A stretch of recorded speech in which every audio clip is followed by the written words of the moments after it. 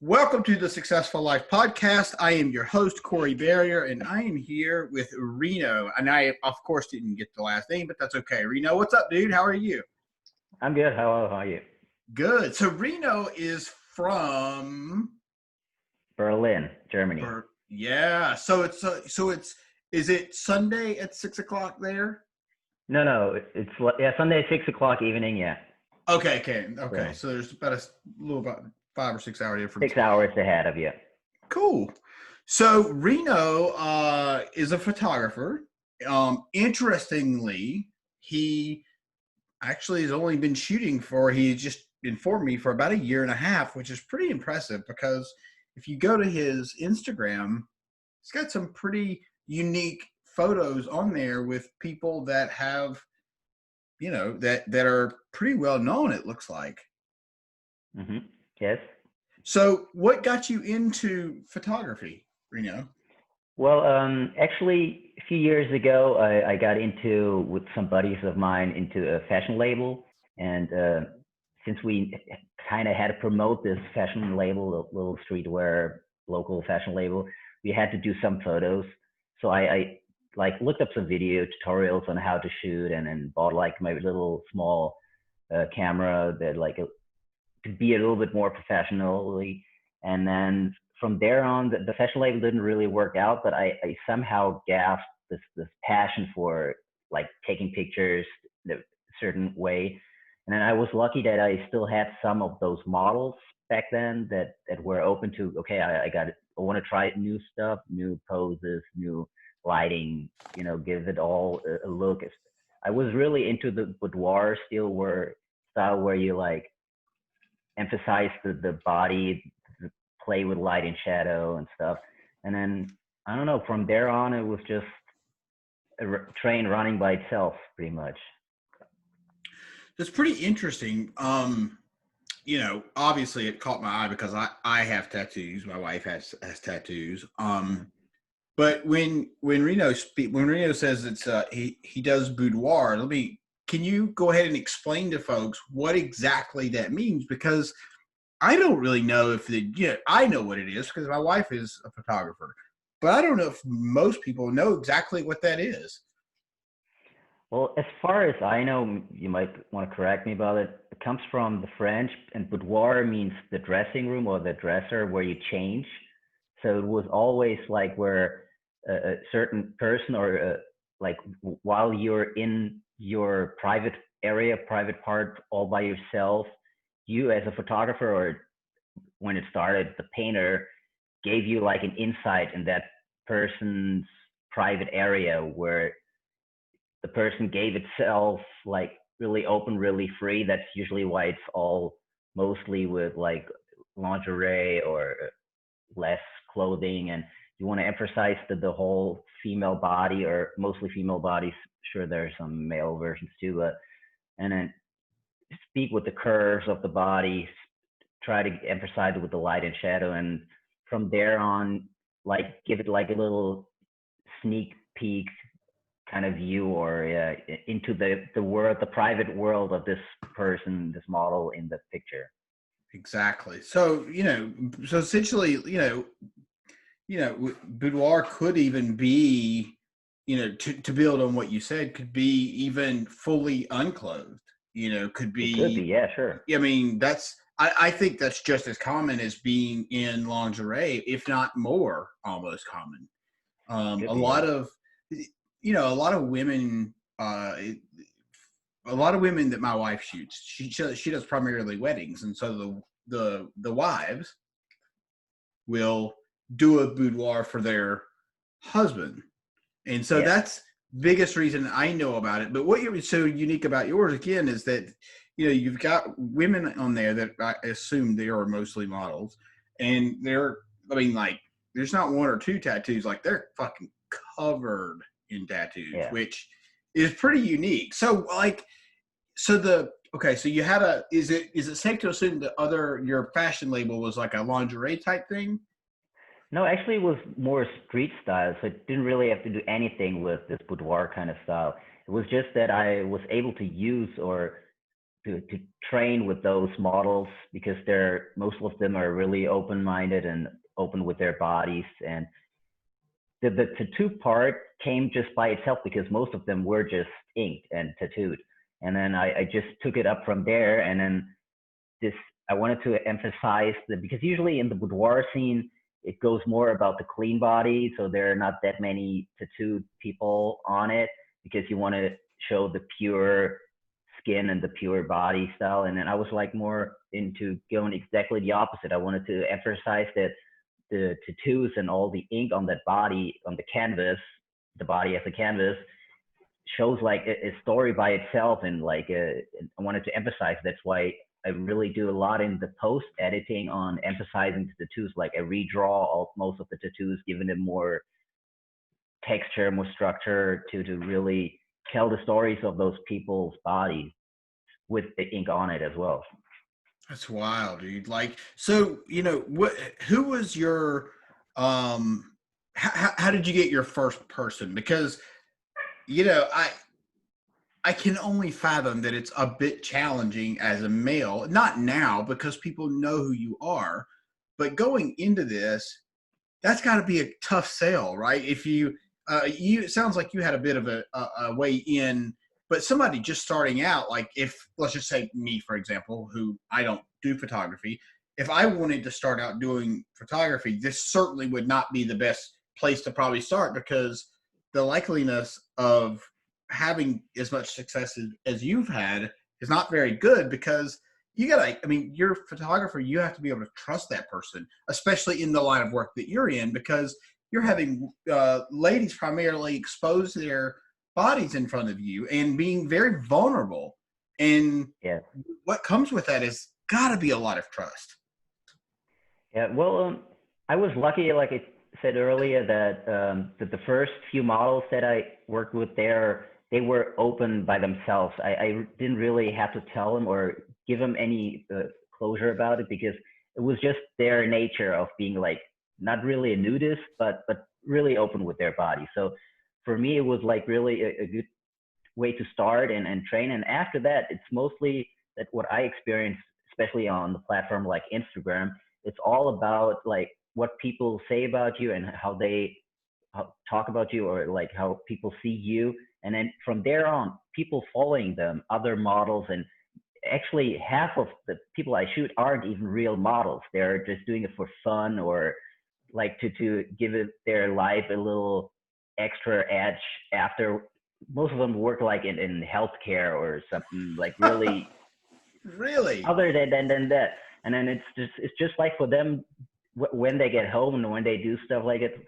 For instance, some do it for their husbands and partners, and some do it just for themselves to feel like something else after a hard day's work. And then from there on, I just started to shoot with some or took pictures of some people, some girls, and after that, friends of them, people that followed them, they were like, "Oh, I saw you shot this and this person. I feel I like your work a lot. Would you shoot with me?" And then from there on, it's just like a wave catching on, and I right now I'm just surfing it, I guess. Dude, I So, mean, it's a lot of fun. I'm sure. So you're sure it's a lot of fun. Just out of curiosity, how long are your boudoir shoots? Let's just say with Jill, because I see Jill on there a lot, right? You've yeah, got lots of pictures of Jill, and then you've also got a lot of pictures I noticed of Katrina, right? So those yeah. two, I feel like you got a lot of pictures of. What how long do you spend with a shoot when you do a shoot with them? How long do you typically? Well, it really depends on the person. Like Jill, for instance, she's really into this business and this style of picture taking a long time. So she's really professional about it. So she knows what she wants to present. She knows how to present her body. She's confident with it. So it goes really fast. Like we take like 20, 30 minutes for like a one set, and then you go up to the next. And then, for instance, I did her calendar. I shot her calendar last year, and we took just 4 hours shooting a whole calendar, which was really amazing for like taking 12 different scenes in different locations. We had like this studio that we rented. So if you're also, the longer you work with somebody, you exactly know how to get them, how to set your equipment up to be at the right shot at the right time. And I'm actually not even the photographer that takes like 300-400 pictures of one set. I have like my 30-50 pictures tops when it comes to one set, and then it's got to be in there. I'm not like shooting instantly, like flashing it all the time. So, and then with some other people that are like more new to this business, sure, you got to take your time. You maybe like half an hour, 45 minutes for one set.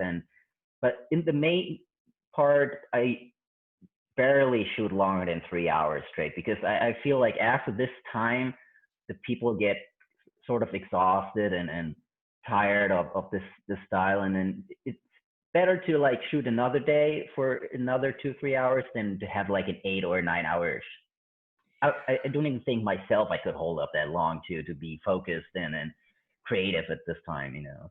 Yeah, I guess that does make sense. Yeah, that definitely makes sense. And you said something super important. You said, as more experienced people that you shoot with, it does make it easier because they do know exactly how to turn their head. They know how to look at you, and it's, my wife talks about it all the time. When she shoots models if a model is getting married, it's so much easier for her to shoot that person than it is trying to shoot somebody that's never been shot, that's never been in front of a camera, so to speak. So, do you usually rent a studio? Is that where you, or do you have a studio? How does that work? Well, I prepared some home studio style in myself. I feel like a backdrop in different colors. I have an old apartment, like in Berlin, you have a lot of old buildings. They're like high hit ceilings, and so I use some of my home for, like, especially when I have like new models, I start off from there because it's easier. It's more intimate and relaxing. They have a place where they can change and stuff, so it's easier. And usually starting in front of a backdrop, it's easier because you're focusing on the person. You don't have to deal with so much, how's the lighting of the back, how's the arrangement and stuff. It's easier for them to get like warmed up. But sometimes I just go to the people themselves if they have a nice place at home, and because I think you always find a location to work with, as long as the most important part that I think in the shot is always that the person itself feels embraced of themselves and feels strong with themselves about their body and their appearance, and then the rest is just sort of like a snapshot of that moment they feel. And then but sometimes you rent a studio as well if it's really a longer series of shots that you want to accomplish. But yeah, depends on the model, I guess. Yeah, that makes sense, because I guess if you have a subject that is not comfortable, you can tell they're not comfortable. Absolutely, you see it in the picture right away. Yeah, and there's nothing you could, there's no way, you can't really Photoshop somebody's, it's interesting because it could be just a slight, it's really incongruency is really what it's called, where they're trying to look one way and their brain is somewhere else. So is this like, has this turned into like is this what you do? It doesn't sound like this is like your job. Right now it is not, but I see myself more and more get into it. Like in the first year, I did a lot of TFP shoots, like time for picture, it's called, where like you take the pictures, the model doesn't get paid by money, they get paid by the pictures that you take. So it's usually a starting point for starting models as well as starting photographers to get into the business, to see how it goes. But right now I see myself as more and more, I have like regulars that I work with that they use the pictures for other than Instagram, other platforms, or they do a calendar, for example. And I get paid obviously for stuff that is not just for promotion. And I see myself more and more getting into it, but I'm actually a DJ from way back in the mid 90s. And then I ended up as a sound engineer and work in a lot of events and club locations to do all stuff like this. but I want to get more out of this nightlife kind of lifestyle and then get more into this creative part now that I'm doing.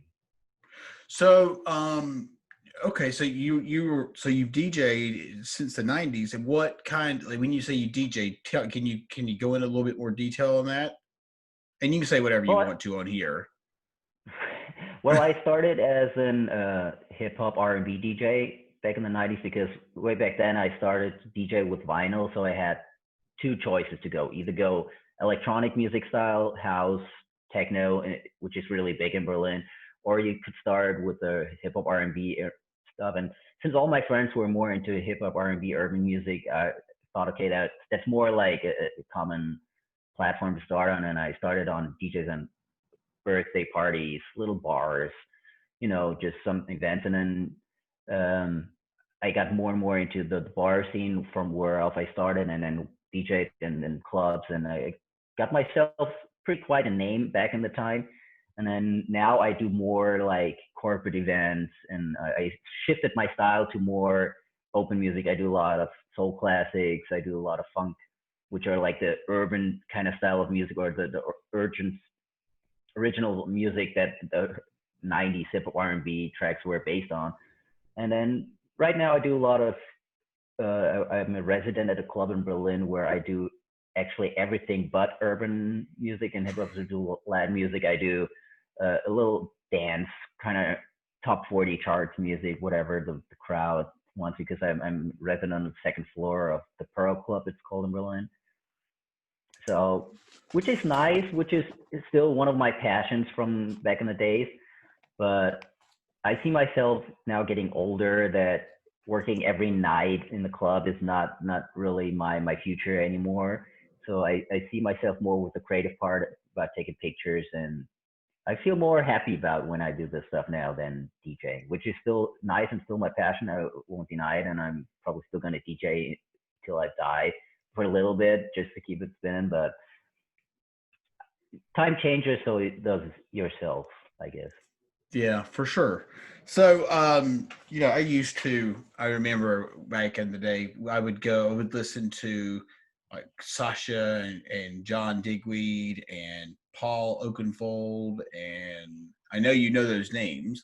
Yeah. Um, God, it was such a fun time. But I did not know that Berlin was such a big, like, house slash, didn't you say like house and, Yeah, house electronic, especially electronic music itself, like especially like a lot of techno was really big in Berlin, especially in the '90s, and still is. We have actually a really big underground techno electronic scene, minimalistic scene, which is really, really big. And then we have like, what do clubs you that mean? Can you delve into that? What do you mean by that? well, like Under if we have when, when you say underground and minimalistic, what do you mean? that will it's not like the regular it's not like Avicii or like David Guetta music that they play, like, which would be like the house that I guess, or electronic music that regular people know about. Over here they're really more unknown artists, and really a little bit stronger, a little bit tougher from the sound, kind of like. And the clubs over here, the rave clubs, they start, for instance, on Friday night, and they don't close till Sunday evening. So they go through all the time. But that's really common for some of the bigger clubs, and or like they do like an after hour on Sunday at 12 noon, which is like crazy for other people coming from other clubs. You go to this one techno club, and then you do an after hour during the whole Sunday day time. So Wow. that's really, really, a really big scene in Berlin, which I'm not really a part of. I can listen to this kind of music for a while, but I couldn't hold on for like a whole weekend in this dark places mostly, and then really. And we also have, like, for instance, in Berlin is really common for like this a huge swinger electronic techno scene where like you go to clubs. One's called Kit Kat, where it's more like an sort of like the '70s with open love, and everyone loves each other, and but with techno music. So it's a world for its own with a lot of fetishes and stuff. So there's really, Interesting. really, that's what I mean with kind of underground. It's not like what people do or people go to like they're on the regular basis or regular with their So, friends. I guess it's more. so like, do you have to know somebody to find out where these particular underground places are? I mean, you know, I remember back in I the mean, day, the raves, you had to know somebody to know where the rave was. no, I mean most of the clubs they have regular addresses. You go there and you can wait in line. Some are probably really strict on the doors for having a certain type of people in their clubs. You gotta, like I said, like you have to be a model to do this stuff. You gotta be a certain person to go to this kind of rave. And I guess the bouncers they have a hand or an eye for what they see is fits the scene inside because they don't want to be like a tourist place. It's more like you gotta feel this too. And then some places even they have a name, but you walk by and there's not a sign on the door or something or not a number. You got to know the door. So somehow you have to know someone already been there before to know where it is exactly. But yeah, since I'm not too much or not too deep into the scene, I probably don't even know what's going on behind some of those doors and haven't seen some of those doors myself. So That's it's crazy. a really interesting scene though for people that are into it in Berlin, I guess. I bet. I bet. Yeah, that's wild. I don't even know if they have places. I'm sure maybe they do have places like that here in the US. I don't know, but Probably, I guess New York and San Francisco for sure do have some of those. for sure, you're right. That's a good point. Yeah, absolutely. So so how often do you shoot these boudoirs? Well, it really depends on the time I have myself and also how people are interacting. Right now, since this uh, COVID-19 thing is going on, sure, people are like a little more reserved and then stay at home a lot, and you try to like, okay, give everyone their space. But before that, it's not really where you can say, okay, every month I have like 4 or 5 people. Sometimes the month is packed because everyone is like really open to do new stuff. And sometimes you have a month where like for instance, Jill, I do a regular work with her regularly. So we see each other at least twice a month Yeah. because I do stuff for Instagram for her, but I do also stuff for her on other platforms where she hires me as a photographer. And I have some other models as well, or some other girls as well that hire me for not my ink boudoir kind of style, but for other stuff as a regular photographer for pictures they need for their platforms they're on to have content going on there every month. Sure. But it's hard to tell. There's not right now. There's not really a number you can say every month, but I guess it will eventually come more and more to it where you have like every weekend, for instance. Or right now, I do actually shoot more during the week since I DJ on the weekends, so I'm more exhausted on the weekends to not That really feel like shooting. I guess that makes sense. Now, do you usually does it matter what time of day that you do the boudoir? I mean, as long as it's inside, I guess it makes no difference. It doesn't really matter. I mean, sometimes you want to have a little sunlight or daylight to get certain type of shots, but on the other hand, you can work. That's what I said. Like same with the locations, is same with the time. You can always find a shot that works out. You know, you just got to adjust to what you have, and that's what I like about it because not every shot is the same thing. You cannot say, okay, you have like a list of things you're going to run down. You got to work with what's around you. You got to work with the person that's in the scene because some shots work with some girls in some certain locations, but it doesn't have to mean that it works the same way with another girl. It's not like you cannot do it like step by step with everyone. You got to just feel the area, feel the person, feel the mood that's going on right now, and then just try to capture it. That's why I said it's more like a snapshot kind of feeling you want to create because too much emphasize on like how they pose, how they do stuff. It's always going to be way too artificial in the end, in the picture of the look. So it has to be. That's why I say you got to feel it. The girls got to feel it themselves to present their feeling that I'm just going to capture at that moment. That's Yeah. actually what I think are the best pictures turning out in the end.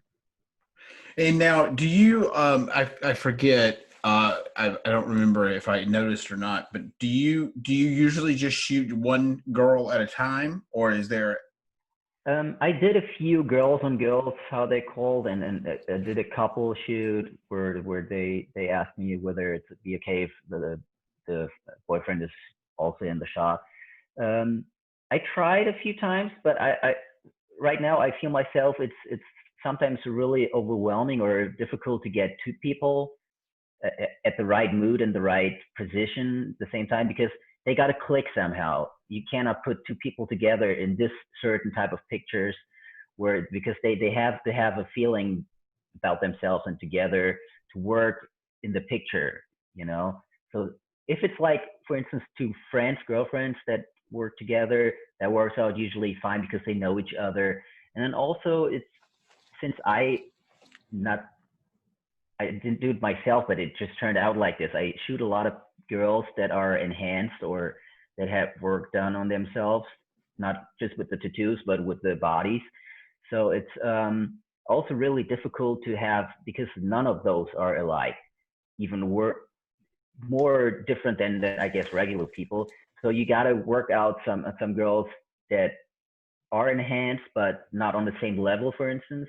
And so you don't want to give one person the feeling that she's like in the shadow of the other person because they're not looking alike the same. So I think it's even more difficult in the enhanced world than in girls that are looking naturally, regularly, because then it's more like the nature has their own flaws and you know that it doesn't look like it never, no one looks alike, you know. But I guess with people being enhanced and having work done on themselves, it's this artificial kind of look they have on themselves. It's you kind of like when you look at it, it feels like they're more different if they worked on themselves. That's what I feel, or like I think when it comes to taking pictures. But I tried it a few times. Yeah, I could totally see how if you had someone that was even mostly natural or hell even partially natural opposed to someone who has had work done in multiple areas, I can now that you've painted that picture, I can understand why there would be, you know, some potentially, as you said, kind of follow in the, or they feel like they're in the shadow of the person who's had a lot of work. Right. It makes total sense. Where, you know, when you say have a lot of work done, or you mean, I mean, breast augmentation, that's obvious. Where else do these people, where else are these women having work done? Well, like breast enhancement are there like the most common thing. I mean, over here now in Germany, I don't know whether it's the same in the US, but it used to be like a really a bad thing if, or like people talked about people having done breast and enhancements. And right now over here, it's more like being a common thing now. Like everyone does it. Like the regular girl from next door does it because she just didn't feel well in her body. And way back, I guess it was more like, okay, you did it because you had to do it for work. For instance, if you're in the adult industry or some other stuff, you did stuff like that to get more work done, to work for. And then right now, that's why I'm trying to take even more pictures of those people, not even just only being tattooed, but also being enhanced. Because I think even though they did do stuff on themselves or did do work on themselves, they still have a certain look that is obviously not as natural as a regular person is, but still a beauty kind of look to themselves. I mean, achieving what they were thinking or looking for to look like. And then I'm just trying to show the world that those women still are beautiful. I guess for some people they are not because they did do so much thing, but I think we have to be more open about that. Not everyone wants to look like they started to look like. You got to be open to it, okay, to accept that some people just want to have a certain look, and it's totally fine to have that certain look. I mean, you like it, you don't like it, it's totally up to you, I guess, but you still got to be open to accept those people, how they are looking right now and how they feel even more beautiful looking like this. Yeah, for sure. Right. So, you know, you mentioned but getting back to your question about like what else they do, you know, filling up their lips is usually a common thing they do right now with like some do Botox in their Filler, forehead and filler, stuff, you know, Botox, so face stuff, exactly, cheeks. face stuff. Butt implants are getting now more interest, or not really implants. A lot of people, I don't know really how it works, but you kind of you beef up your body to get more fat, and then they subtract the fat from your waist and put it in the butt. There's some certain surgeries.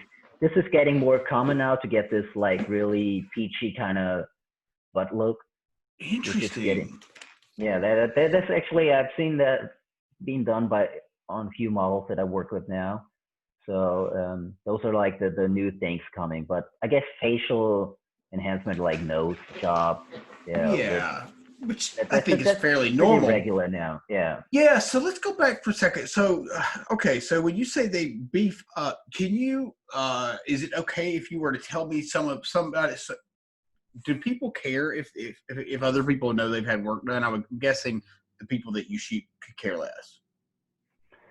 Well, I mean, it really depends on the person. Some people, they're like, they want to do it to feel better, but they don't want to say exactly what exactly all they have done, because they like I said, society right now is still pointing the fingers on those people, and you don't want to expose yourself too much on what you did. But you know, obviously, some people did do some stuff to them, and the most obvious thing, like breast implants, they're easy to tell most of the time because they're even bigger. I mean, there are some jobs that are done that look really naturally, depending on where you put the implants above or below the muscle, and then giving a certain look. And some girls, they love the look where it looks like a ball, you know, really upfront, which Well, is so which is okay. yeah, so my question, I guess, is this is the part I've never really understood. Why a woman would have breast implants so their breast looks natural. I don't really understand that. Because Well, the whole well, it's point is actually to make them look bigger and to look, exactly. yeah. But some girls are more into, they want to have, like, for instance, some girls, they start with an A cup size, and they want to have like a C, or sometimes it's like an addiction as well. Like if you want to go for a C cup, you usually go for a D cup. That's what I because me myself, like when I work with those models, we talk about stuff, and I feel really interested in why they did stuff, to understand why they feel now more pretty, to even maybe get it into the picture or into the scene, to emphasize this as well. But usually, like when you start with an A cup, you want to have a C, you end up with a D. And then some other girls, they have, like, for instance, a C cup, and they go for even higher numbers. And most of the time, girls starting with bigger breasts, they do exaggerate a lot, and then they don't see the end of the tunnel. They want to just get it bigger, and then they do the second job, the third job sometimes, and you kind of fall into this addiction, sort of, to Absolutely. get into. And then also, depending on like your kind of work, because I do shoot a lot of girls which are working in the adult industry, or cam girls. That So was I mean, good. Oh, they sorry. obviously have a different kind of view on their body, and then see it more like in sort of investment, I guess, as well For as sure. see as a. I mean, they still feel pretty about themselves. Don't get me wrong. I mean, they all have this certain look, but I think subconsciously, at least, they have this kind of thing. Okay, if I do stuff like this will give me more work in this kind of area, or this kind of area. So, And but it's I mean, in true. the end, you just gotta be happy with yourself, and if that's what you are most happy about when you look like it, I guess that's why I Then say you you should. gotta be open to it. The society's gotta be open to it, to accept those people like they feel That's most comfortable. That's true, and I think society's coming around. And We've come a long more and more. ways. Yeah. So you hit on something that I was absolutely going to ask you. You now mentioned it twice. You said you mentioned the adult industry, and I didn't even think about that. I don't know why I didn't think about that when I saw the pictures, because it should have been my first thought, I think. But so, do the majority of the people that you shoot, are they in the adult industry? And if so, how? And I don't want you to mention any names, of course, but No. just just do you have most of them? Are they in that industry? And if so, or is it primarily what is it? Well, I mean, not most. I have like a few that are really working in the adult industry, but nowadays, I guess it's hard to differentiate really to say, okay, they're only in the adult, that they're an adult actress, because nowadays a lot of girls, just regular girls next door, they start off as a cam girl. It's easy way to make money, I guess, for if you feel happy with your body and you have the certain distance to people, you physically never see those people. It's all just virtual. And So when then, you say a cam girl, what do you mean? I don't really know how that works. well, I mean, those girls, they sit at home in their lingerie or undress in front of the camera, webcam, and then they're on certain platforms where customers have to like log in and then pay certain fees to see a person. And then you go, if you like a webcam girl that you're looking at, when she has her open chat, you can ask her for a private chat, which is obviously more expensive because she's just interacting with you. And then depending on the girl and what you're interested in, you can ask her to do certain stuff, talk to you about stuff, show her body, do like a strip tease. It's really, there's not really a limit there. As anything that's virtually possible that you can do via camera, you can do. And then I see like I said, a lot of girls, they start off with this because it's really easy to make money with yourself and your body at your home. I mean, everyone's got a laptop, a webcam. It's easy Yeah. setup, it's not that much money you have to invest to get started. And then I see though that a lot of girls use this webcam girl business as a stepstone to get into adult industry, to get an adult access, because it's like from there on, you just do more stuff and then you interact obviously with other persons. Maybe start off with a girl shoot, go to a girl boy shoot. And then I've seen a lot of girls that still are in the adult industry and do webcam girl or cam girl action aside to earn money in between adult shots. Because I mean, you don't shoot adult videos every day.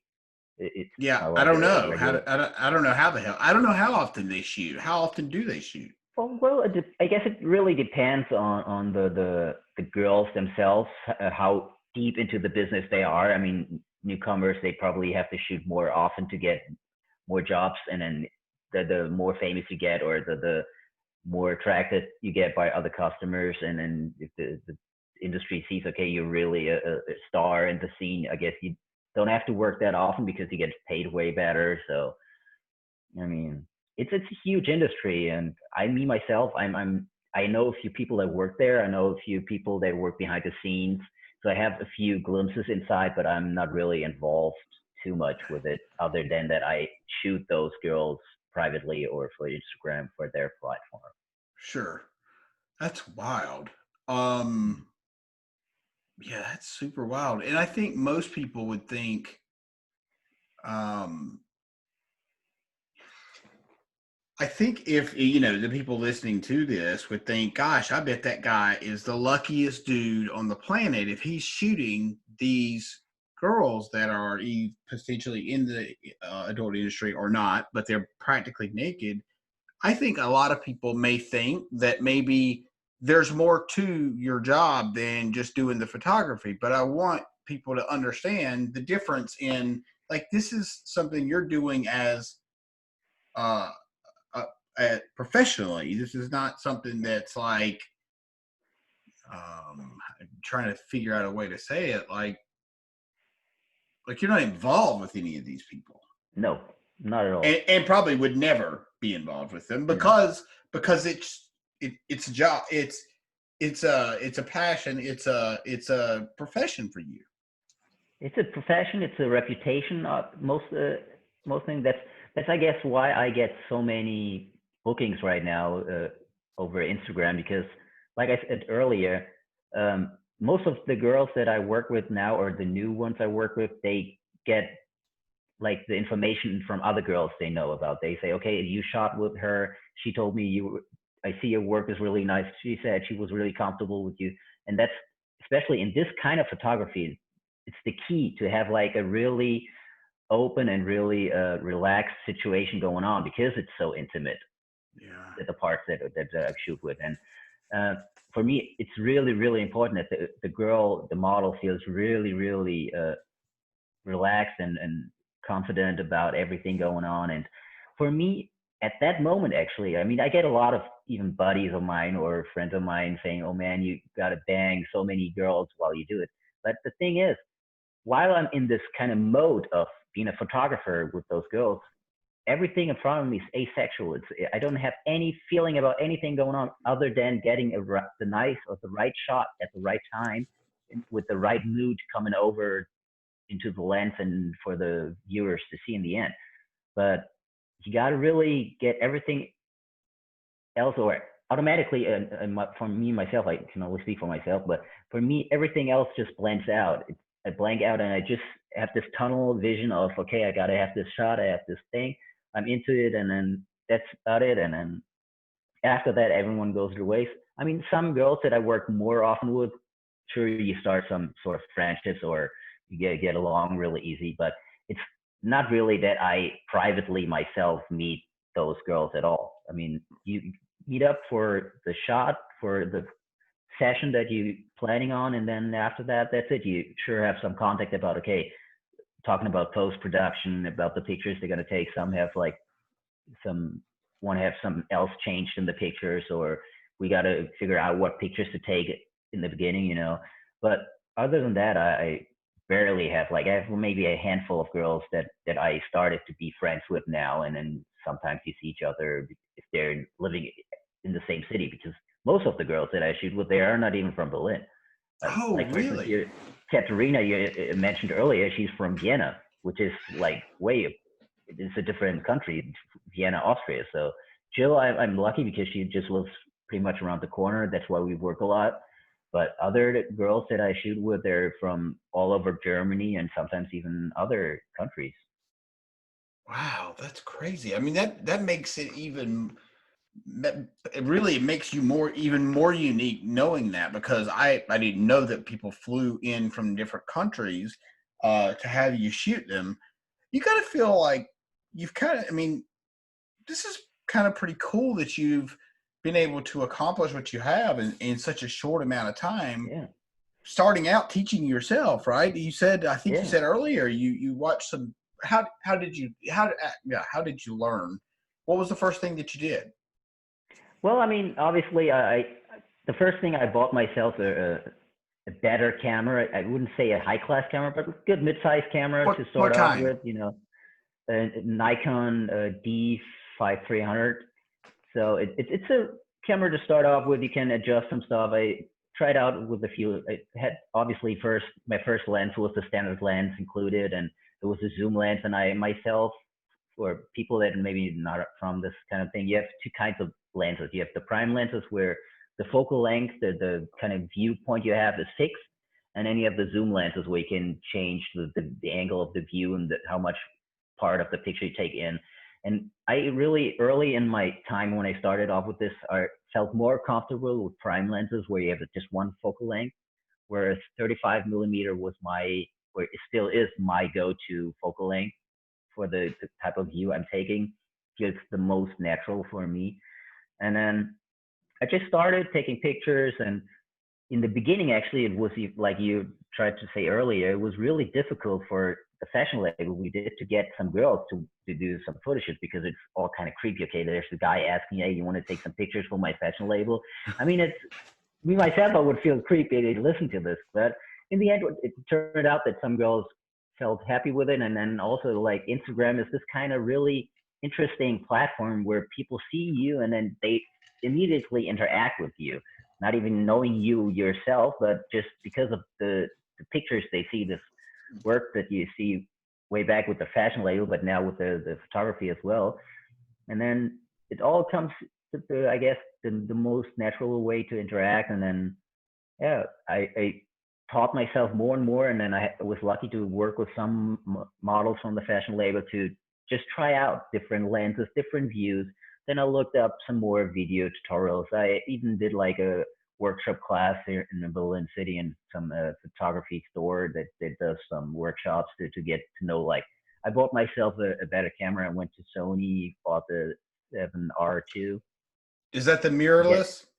the mirrorless, exactly. So I get a high resolution, a better autofocus, and then stuff like this. I bought a really, really good lens, the 35 millimeter uh, prime lens, and after that, it's just like every shooting session right now, even is still training. You learn and learn the more you shoot. Like, for instance, when I look at the beginning of my Instagram feed or profile, it's a way different style of where I'm right now. Not only by taking pictures, also the post production I do. You know, you learn a lot, you do a lot of stuff, and then yeah, right now, and that's why I said earlier, I not right now. I'm still can't consider myself too much a photographer because most of the stuff I also do is just do it by heart. I'm not taking too much of, okay, now I have this distance to this person. I have to have this kind of focal length to have this kind of thing. That's too much technical stuff I don't think about. I hold up the camera. I have a certain look. That's why I said I have this tunnel vision. I have this view on certain things, try to capture it. And then some stuff you take pictures of, obviously you don't get right the first time. Some you can correct in post-production. Some just don't turn out like you wanted them to be, like your vision in your mind was, in your head was. But that, like I said, it's all training. You just got to keep on going, and then evolve, and then yeah, get Well, yourself to. so I wanted to. So you mentioned, it's always kind of a practice, but if you think about your doctor's office, it's a medical practice. That means they're practicing medicine on human beings. It's a medical practice. It's just interesting to me. I wonder how many people really think about what that means, but it's the same exact thing. Yeah. It's a practice. Yeah. I mean, so I was just going to ask you something. You mentioned that when you go in, you don't have to think about a whole lot. You just take the shot. There's something to be said for that. My wife is very much so the same way. She's extremely creative and she just knows how to take the shot. And with she taught herself, very similar to you, so no formal education as far as in photography. And so I think you either really have it or it takes a long time to get it. It's kind of like sales. It's hard to teach somebody how to be a good salesperson. And it's kind of like, I think if like photography or any kind of artistic outlet, you either have an eye for it or you don't. It's kind of how I feel about it anyway. I guess so, yeah. Yeah. So what do you do in your spare time? What do you do for yourself? Well, I guess there is not actually that much spare time that I have, since I work on the weekends, and I have like two kind of worlds I live in, because being a DJ, you work at night, you're mostly exhausted at the day, so the whole weekend really goes by, because I work Thursday, Friday, Saturday. So Sunday is more like a day you just got to recharge your batteries, and then you barely do anything. I feel less creative even on those days, so I don't do a lot of work with photography on those days if I don't really have to.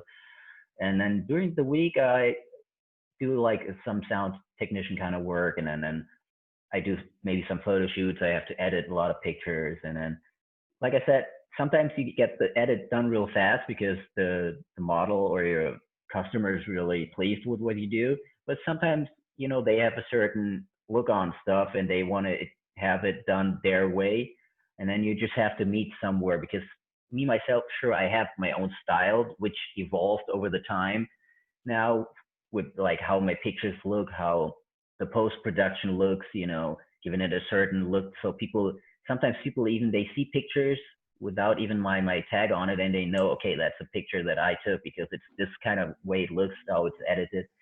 So you sometimes just have to meet halfway with your models to get the look, if they have a certain look they want to achieve themselves. But most of the girls that hire me or that want to work with me, they are really pleased with the look that I have. So I just give them what I feel looks good in my opinion, and they are actually really happy with it. But it's still a lot of work, you know. Sometimes you spend between 30 and 45 minutes on one picture, editing one picture, because like I said earlier, with I redraw the tattoos to give it more look, more depth, and then obviously none of those girls or most of the girls I work with, they're not like supermodels, and even supermodels, they have like a person that does to get rid of all the zits, for instance, or some like unclean skin they have. I mostly have to do this stuff in post production, which takes a lot of time. You know, get it all a little bit cleaned up, get like little quirks out of the way, because depending on the position the girls do, some of the muscles they give like a certain not really good looking look on the person. So you do like little tricks in post production to get like some curves around again, you know, and then and so the people afterwards look at the picture, because it's like I feel myself more like less than a photographer, more like a painter, to get like a certain look to achieve a certain look in the pictures for the women. And I guess that's why I get hired or asked that much, because a lot of girls, they just want to have this look on the picture, because it's just they try to freeze time and then get the shot done and this picture taken to preserve something for their history, for themselves at that time in life, you know. Yeah, that makes total sense. Do you use just really, we'll wrap up in just a second, but do you use Lightroom? Yes, I do. Mostly Yeah, Lightroom and Photoshop a little bit, but sure. the main part of the work is done with Lightroom. Yeah, I feel most comfortable with Lightroom so far. In the beginning, I just started off with it, and then I guess there's many other programs which are fine as well, but I felt myself most comfortable with it. There are a lot of tutorials on YouTube with those Adobe programs, which makes it easier to learn stuff, because I haven't never learned anything in a class about this stuff. It's all about YouTube, you know. And then me myself, I see myself often that if I don't know how to do it, I just try and figure that out and keep on going till I get it to where I'm happy with the result, you know. Sure, that makes total sense. Um, awesome, dude. Well, listen, I really, really, really appreciate you spending some time with me today on Sunday to talk about, your photography, and it's just fascinating to me that, um, that just the stuff that you shoot. I mean, it's not every day that again, don't even know how I came across it, other than I must have been looking at somebody with tattoos. Do you have tattoos, by the way?